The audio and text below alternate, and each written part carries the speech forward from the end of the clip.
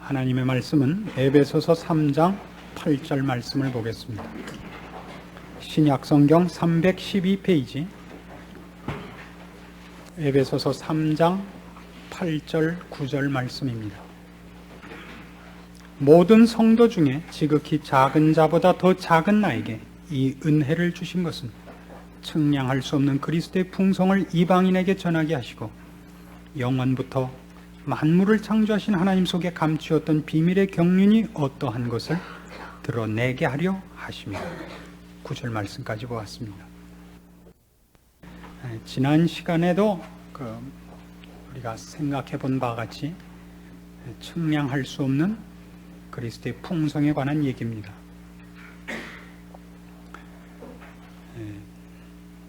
우리를 향하신 하나님이 어떻게 큰 힘으로 우리에게 간섭하시사 우리가 달려가던 죄의 길과 죄의 욕망으로부터 돌이키게 하셨고 돌아설 수밖에 없게 하셨고 간섭하사 우리를 축복된 자리에 앉히셨는가 하는 얘기들을 상당히 제가 힘을 줘서 한 기억이 납니다.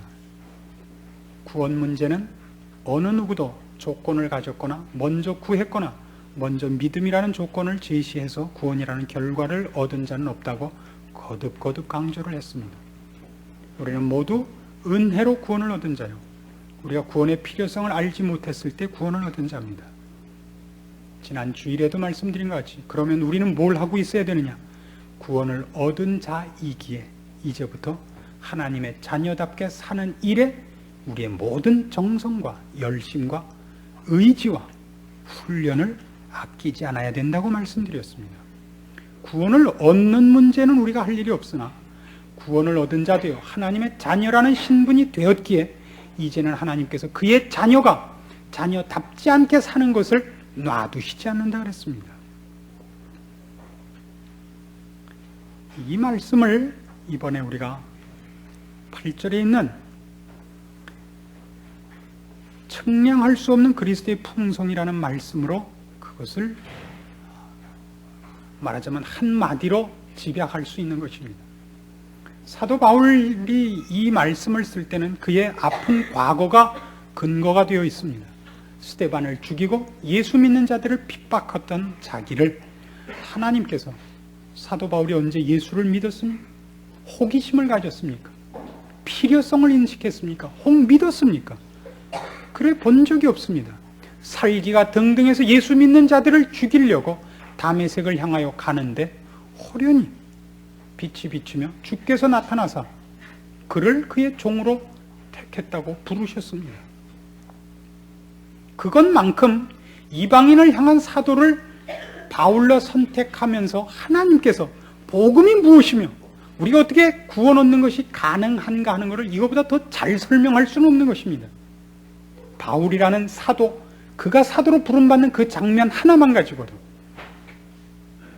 이것만큼 구원이 어떤 은혜와 사랑과 긍휼로 우리에게 온 것인가 하는 것을 가장 웅변적으로 설명할 수 있는 다른 말이 없고 다른 사건이 없고 이것뿐이라고 우리가 분명히 말할 수 있습니다. 그러나 이 문제가 오늘 우리에게 힘이 없는 것은 이런 이유 때문입니다. 분명히 하나님께서 우리를 측량할 수 없는 큰 사랑으로, 은혜로, 그 풍성하신 긍휼로 구해 주셨는데도 불구하고 우리가 여기 사도 바울이 쓰는 것 같이, 그가 여기 힘을 다하여 쓰는 것 같이 나에게 이 은혜를 주신 것은 측량할 수 없는 그리스도의 풍성이라 라는 말이 우리에게 감격되이 나오지 않고 이 말을 쓰는 것이 우리에게 아멘으로 받아들여지지 않는 이유는 무엇이냐 할 때 이런 이유 때문입니다. 그렇게 받은 은혜가, 그렇게 얻은 구원이 별로 달갑지 않기 때문인 것입니다. 쉽게 얘기해서 오늘날 기독교 신앙의 가장 큰 비극이 뭐냐 그러면 구원을 얻은 것이 안 얻은 것과 차이가 없다는 것 아니겠습니까? 구원을 얻었는데 자랑할 것이 없어요. 구원을 얻은 것이 행복하지 않다고요. 우리는 세상에 있는 사람보다 오히려 더 불편할 뿐이에요. 저들은 화딱지나면 쌍 해버리면 되는데 우리는 그럴 수도 없어요. 이제 술 먹고 어디 가서 랄이라도 한번 하면 좋겠는데 그럴 수도 없게 됐다고요. 뭐예요 이게 도대체? 구원은 괜히 얻어가지고 안 얻은 사람만큼도 카타르시스를 할 수가 없어요. 스테인레스만 쌓이고 있어요.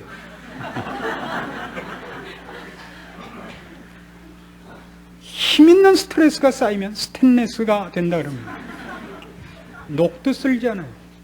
우리는 훨씬 불행한 사람이 되어 있을 수도 있습니다. 그렇지 않습니까? 예수를 믿은 것이 여러분에게 도대체 어떤 의미에서 기쁨이고 자랑이고 행복이고 희열입니까? 너무 멀지 않습니까? 죽은 다음이죠. 지금은 도무지 이익도 행복도 희열도 감격도 없는 것입니다. 그런 우리의 입장에서는 측량할 수 없는 풍요로운 은혜라는 단어가 여기에 있기 때문에 읽을 뿐이지 아무런 감동도 아무런 고백도 묻어 나올 수가 없는 것입니다. 오늘날 기독교의 비극은 이것입니다. 그가 가졌던 힘을 다 놓쳐버렸습니다. 기독교의 힘은 분명히 이것이었습니다. 금과 은은 내게 없거니와 내게 있는 것으로 내게 주노니 나사렛 예수의 이름으로 일어나 걸어라. 그것을 여러분 예수를 믿으면 안전뱅이가 일어난다라는 것으로 제한시키지 마십시오. 세상이 줄 수 없는 것을 준다는 뜻입니다. 세상의 것과 같지 않은 것입니다. 너희 보물을 땅에 쌓아두지 말고 하늘에 쌓아두라 그랬습니다. 돈을 세상에 있는 은행에 넣지 말고 하늘에 있는 은행에 넣자. 그래서 헌금하자. 이런 개념이 아니라 그랬습니다. 거긴 보물이 다른 곳입니다. 다른 보물, 다른 가치관입니다. 거기는 좀이나 동록이 해하지 않는 곳이라 그랬습니다. 오늘 우리한테 가장 큰 비극이 있다면 예수를 믿는 것이 우리에게 소망이 없습니다. 기대할 것이 없고 비전이 없게 되어버렸습니다. 이것이 지금 제일 큰 기독교의 비극이 아닌가 싶습니다. 따지고 보면 여러분 책임이 아니죠. 말씀을 맡고 하나님 앞에 이 엄청난 사역을 맡은 저희들의 잘못이라고 그래야 맞습니다. 그러나 여러분이 하여튼 목사를 여러분이 난 삼형제 중에서 제일 공부 못한 사람만 골라서 보냈기 때문에 오늘날 그런 효과를 보게 된 겁니다. 그 책임을 목사들에게만 전가시키는 것을 저는 항복할 수가 없습니다. 어떻게 생각하십니까? 물론 하나님께서 똑똑한 사람을 원치 않으신다는 국면이 있습니다. 여러분께서 진심으로 하나님의 나라와 하나님의 약속들에 대하여 기대치 않고 있는 것도 사실입니다. 그럼 물론 거긴 이런 것이 선행돼야 됩니다. 무엇이 먼저냐? 항복이 먼저냐? 헌신이 먼저냐? 성경은 언제나 항복을 먼저라고 얘기를 하고 있습니다. 항복돼서 헌신하는 것이지 헌신을 먼저 해보고 항복하는 법은 없습니다. 그럼 우리가 이런 시작부터 해야 됩니다. 무엇을 하나님이 맨 처음 우리의 항복의 조건과 경험으로 제시합니까? 우리의 구원입니다. 우리는 하나님을 압니다. 이 세상이 전부가 아닌 것을 압니다. 그래서 신자들이 가장 힘을 내는 곳이 어디죠? 장례시간입니까? 관을 앞에다 놓고 얼마나 우리가 큰 소리를 칩니까? 왜 우셔? 그 소리를 할 수 있는 건 목사밖에 없습니다. 뭐가 그렇게 슬픕니까? 왜 이렇게 절망하십니까? 곧 만납니다. 그 소리를 할 수 있는 건 기독교밖에 없습니다. 그렇지 않습니까?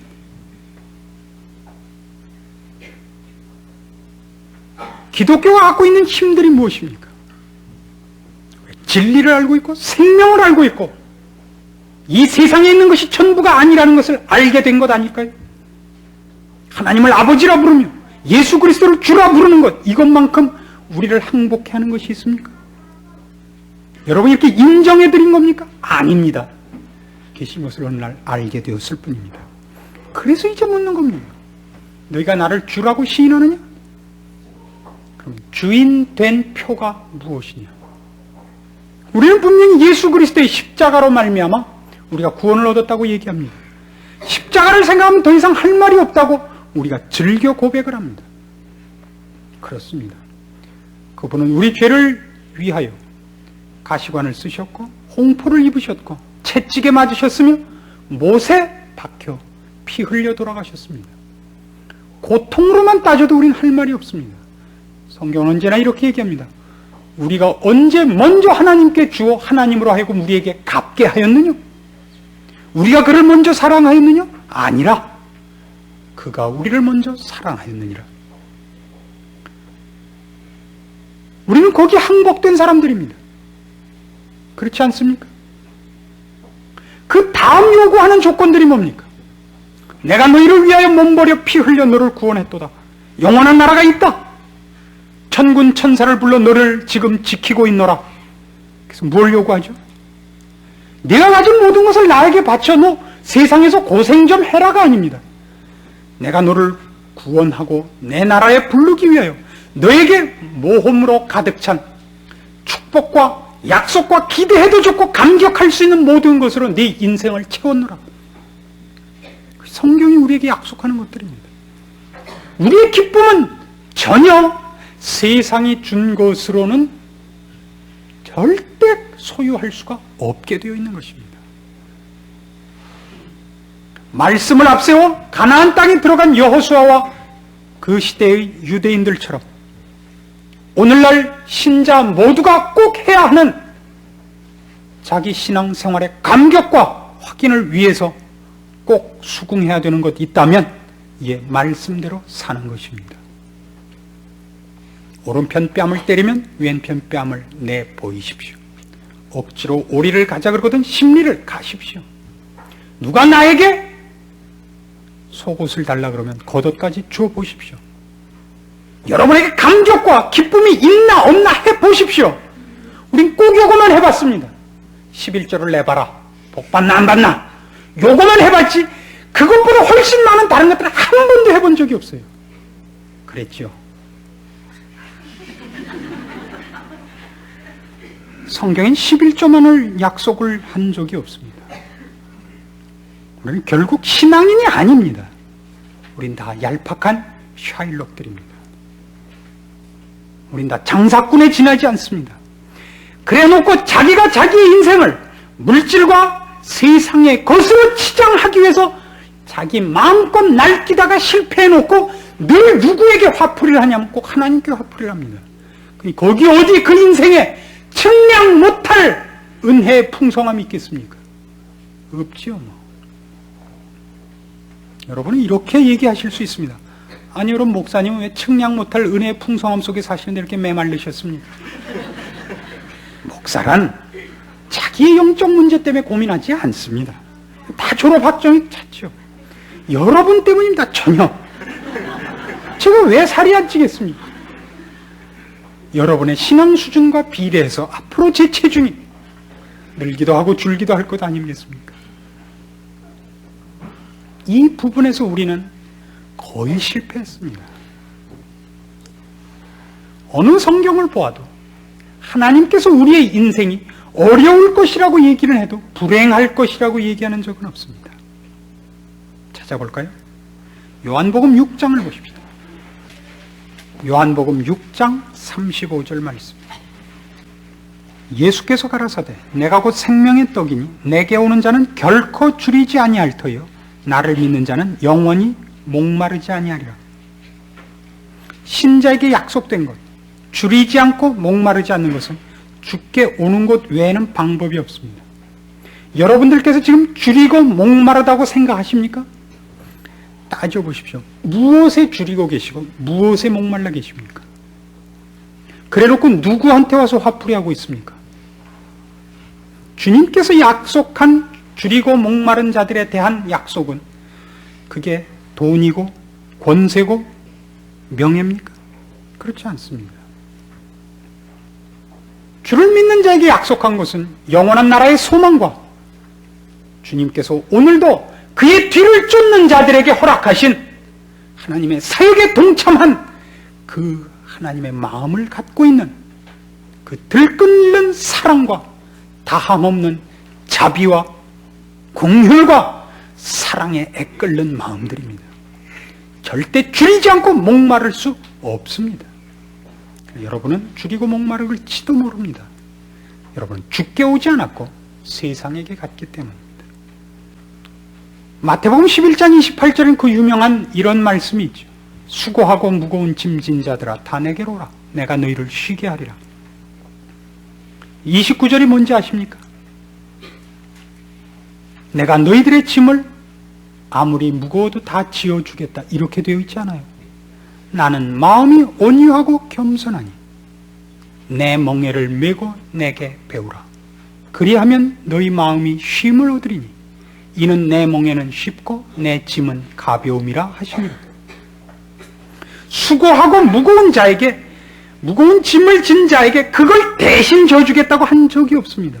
우리는 이 세상을 걷는 동안 하나님을 반대하고 영적 문제에 거부한 세상 속에서 그들이 거부하고 그들이 내어쫓은 자를 믿는 자로 살기 때문에 우리도 동일한 칼날과 위협과 경멸과 오해 속을 걸어야만 됩니다. 환난과 핍박이 약속되어 있습니다. 그러나 행복할 것은 예수님께서 친히 나의 평안을 너희에게 끼치노라 라고 말씀하신 것 같이 그들의 채찍과 십자가 앞에 서신 분이 평안하셨던 것처럼 오늘 우리도 평안할 것을 약속하고 있습니다. 우리 짐을 벗겨서 어려움이 없고 고통이 없는 인생을 걷게 하시는 것이 아니라 그것이 왜 의미 있는지를 아는 곳으로 우리를 부르사 어렵고 힘듦에도 불구하고 갖고 있는 희열과 감격이 있게 하십니다. 사도 바울은 감옥 속에서 이렇게 외쳤습니다. 기뻐하라. 내가 다시 말하노니 기뻐하라. 왜 가능하죠? 예수님께서 그의 짐을 진 방법을 우리에게 요구하시는 것으로입니다. 나는 마음이 온유하고 겸손하니 내 짐을 지고 내게 배우라. 주께서 진 짐이 가볍고 주께서 진 멍에가 쉬울 리가 없습니다. 그러나 그는 그것을 왜 져야 하는지를 압니다. 그렇지 않아서 죽을 수밖에 없는 자들을 위해서 오신 분입니다. 나는 섬김을 받으러 온 것이 아니라 섬기러 오신 것입니다. 그래서 그는 억울하지 않습니다. 그럴 것이 너무나 뻔합니다. 여러분이 이 세상에서 한 번 고통받고 여러분이 한 번 찔리고 여러분이 한 번 물리는 것으로 인하여 한 생명이 구원을 얻고 한 생명이 돌이키는 계기가 된다는 걸 아십니까? 여러분 이렇게 요구하고 있지 않습니까? 하나님, 제가 하나님을 믿었는데 왜 대접이 이것밖에 안 됩니까? 모든 사람은 내 앞에 무릎 꿇어 예수 믿는 자 이 사람 앞에 복종하여 명령 이하 꼼짝 못하는 쫄따구들이 되게 하옵소서? 아니요, 절대 그런 건 약속하지 않았습니다. 그가 찔림은 우리의 허물을 인하며 그가 상함은 우리의 죄악을 인함이라. 그가 채찍에 맞음으로 우리가 나음을 입었고 아세요? 그것을 위하여 우리도 아버지께서 나를 보내신 것 같이 나도 너희를 보내노라. 그래서 우리가 지금 세상에 살아있는 겁니다.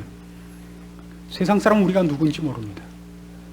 세상 같은 안 믿는 불신자끼리는 치고 받아도 쉬울 리가 없습니다. 한 번 치면 같이 치니까. 그러나 우리는 때리면 이쪽 내놓고 달래면 또 내놓는 사람으로 이 세상을 살도록 되어 있습니다. 그래서 그를 항복시키도록 되어 있습니다. 여러분이 지금 어떤 인생을 요구하고 있습니까? 사도 바울을 불렀듯이 측량할 수 없는 그의 은혜의 풍요함을 그것보다 더 잘 나타내겠습니까? 그를 핍박하던 자를 그의 종으로 부른다는 게 있을 수 있습니까? 기껏 우리가 용서하면 이것 아닙니까? 다시 내 눈앞에 나타나지 마. 이게 우리가 기껏 할 수 있는 은혜로운 선거일 겁니다. 아닙니다. 여러분 지금 무엇을 위해서 어떻게 살고 있습니까? 그러니까 여러분 생에 기쁨도 없고 여러분 생에 은혜라는 단어가 무엇인지를 감격할 사건이 없는 것입니다. 기독교의 비전이 뭔지 아십니까? 큰 교회 짓는 겁니까? 3천만 민족을, 3천만이 아니지 이제 4천만 민족을 그리스도에게로 웃기지 마십시오. 여러분 하나의 싸움입니다. 딱 하나의 싸움입니다. 자기는 하나밖에 없기 때문입니다. 나 하나가 예수 그리스도께서 나를 위하여 오신 것 같이 살 것이냐 말 것이냐의 싸움이지 그 외에 아무것도 문제가 없습니다. 우리 교회도 우리 교계도 이 민족도 시대도 사실은 그 다음 문제들입니다. 그걸 인식하시겠습니까? 그 싸움 없이는 신앙이란 말장난에 불과합니다. 계시록 3장에 가면 이런 요구를 하고 있습니다. 14절 말씀부터 보겠습니다. 요한계시록 3장 14절, 신약성경 402페이지입니다. 라오디게아 교회의 사자에게 편지하기를, 아멘이시요 충성되고 참된 증인이시요 하나님의 창조의 근본이시니가 가라사대, 내가 네 행위를 아노니 내가 차지도 아니하고 더웁지도 아니하도다. 내가 차든지 더웁든지 하기를 원하노라. 내가 이같이 미지근하여 더웁지도 아니하고 차지도 아니하니 내 입에서 너를 토하여 내치리라. 내가 말하기를 나는 부자라, 부요하여 부족한 것이 없다 하나 네 곤고한 것과 가련한 것과 가난한 것과 눈먼 것과 벌거벗은 것을 알지 못하도다. 내가 너를 권하노니 내게서 불로 연단한 금을 사서 부요하게 하고 흰옷을 사서 입어 벌거벗은 수치를 보이지 않게 하고 안약을 사서 눈에 발라 보게 하라.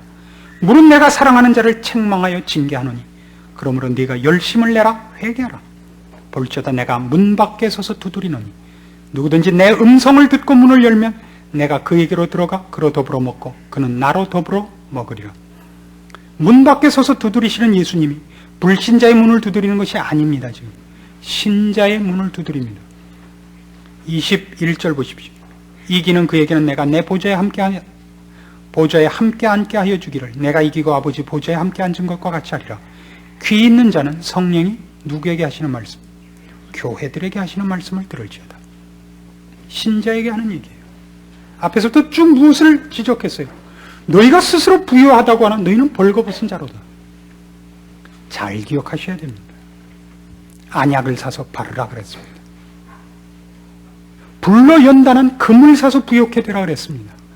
우리의 부유함과 우리의 치장은 하늘나라적 가치와 하늘나라적 원리에 의한 것이어야지 세상의 것을 아무리 갖고 있어서 그것은 하나님 앞에 우리를 벌거벗은 자로 만드는데 조금치도 어떤 도움을 주지 못합니다. 그들이 갖고 있는 모든 부유한 것들이 지식이, 권세가, 명예가, 어떤 물질의 풍요가 하나님 앞에서 그들을 부유한 자로 세우지 못했다 그럽니다. 무엇만이 부유한 것이라고요?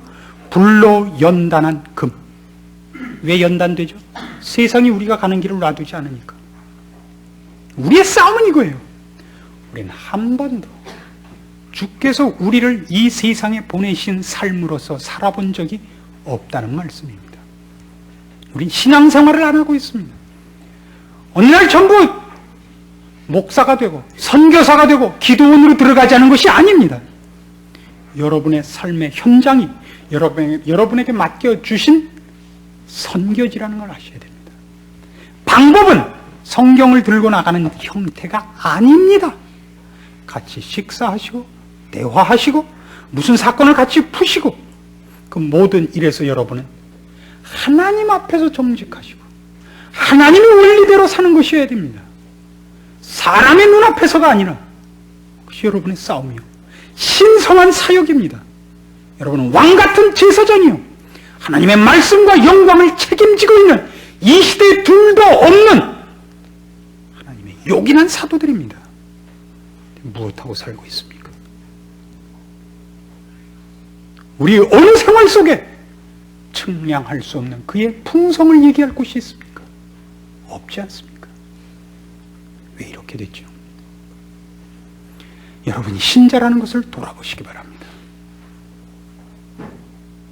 정당하게 사실 결심을 해주십시오. 어떤 사람은 이런 얘기를 곧잘 합니다. 신자들을 신자답게 만들기 위하여 다시 핍박이 와야만 되겠다. 그런 얘기를 합니다. 그렇게 너무 겁줄 마음은 없습니다.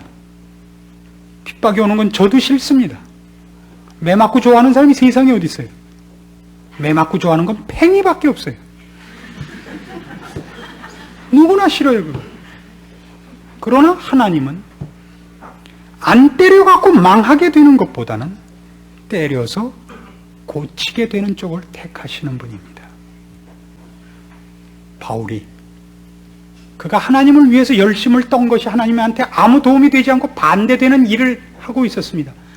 그의 사도로 만들기 위해서 간섭하셨고 눈을 멀게 하는 사건을 일으키실 수밖에 없었던 것입니다. 여러분의 생애를 돌아보십시오. 여러분에게 맡겨진 인생을 하나님 앞에 바치십시오. 선교사 되고 돈 벌어서 바치고 아닙니다.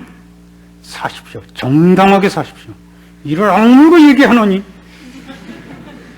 하나님을 두려워하는 자로 사십시오. 평범한 인생을 사십시오. 전도지 돌리지 마십시오. 절대. 그래 가지고야 기독교가 표현되는 그런 가난한 데서 벗어나십시오. 필요한 때가 있습니다. 물론. 그래야만 기독교가 소개되는 것만큼 가난한 것은 없습니다. 기도하십시다. 하나님 아버지, 하나님의 살아계심으로 인하여 우리가 얼마나 힘을 냈고 우리가 얼마나 승리했습니까? 우리는 마치 죽은 하나님을 섬기는 자들 같습니다. 어쩌다 이렇게 됐는지 모르겠습니다. 다시 한번 이 시대와 이 민족 위에, 그리고 우리 사랑하는 신자들 위해 주님의 긍휼을 부으시고 주의 능력으로 함께하여 주옵소서. 우리의 능력을 힘있게 하옵시고 거룩한 옷을 입게 하옵시고 보좌에 다시 한번 앉혀주시옵소서. 우리의 가진 능력으로 우리의 힘을 바라며 우리의 가진 생명으로 우리 된 것을 표현하며 하나님의 손길 아래서만 걷는 참된 감격의 생활을 간증케 하여 주시옵소서. 많은 반대 세력들이, 악한 것들이 주의 진리를 방해하며 경멸하며 오해시키며 그리고 삐뚤어가게 하려고 오늘도 이빨을 들이대고 으르렁거리고 있습니다. 그러나 우리를 지키는 하나님이 더 크시며 저 흉악한 무리들에게 잡혀있는 영혼들을 불쌍히 여기사 지금도 사랑을 베푸시는 줄 알고 우리가 당하는 어려움과 고통을 뛰어넘어 주의 안타까움에 동참하는 환희와 감사와 찬송이 있게 하시옵소서. 부디 주의 은혜가 이 민족 위에 내려진 긍휼들이 헛되지 말게 하시옵소서. 예수님의 이름으로 기도합니다.